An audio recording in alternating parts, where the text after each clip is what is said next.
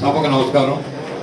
ఈ స్టేజ్ పెద్దలకు, ఈ ఆహూతులైన మన గ్రామ స్థాయి పార్టీ నాయకులందరూ కూడా నా ఉపయోగపడిన నమస్కారం తెలియజేసుకుంటూ, ఈరోజు మండల పార్టీ ఏర్పాటు చేసిన ఈ కార్యక్రమానికి ముఖ్య ఉద్దేశం ఏంటంటే, రేపు 9వ తారీఖు సీఎం గారు మాధవరం వస్తున్నారు.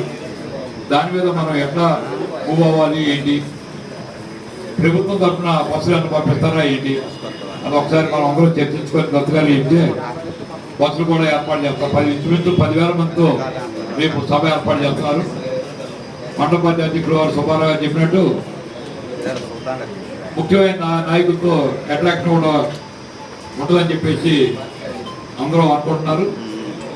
అందుకని మనం కూడా విరివిగా జనాన్ని పాల్గొని సీఎం గారి ప్రోగ్రాం సక్సెస్ చేయాల్సిందిగా మనం అందరూ చర్చించుకొని, ఎందుకంటే మన నియోజకవర్గాన్ని రావడానికి ఇప్పుడు తానుకుంటే ఇప్పుడు పూర్వం అధికారం ఉన్నప్పుడు ఎప్పుడో 1919లో వచ్చారు.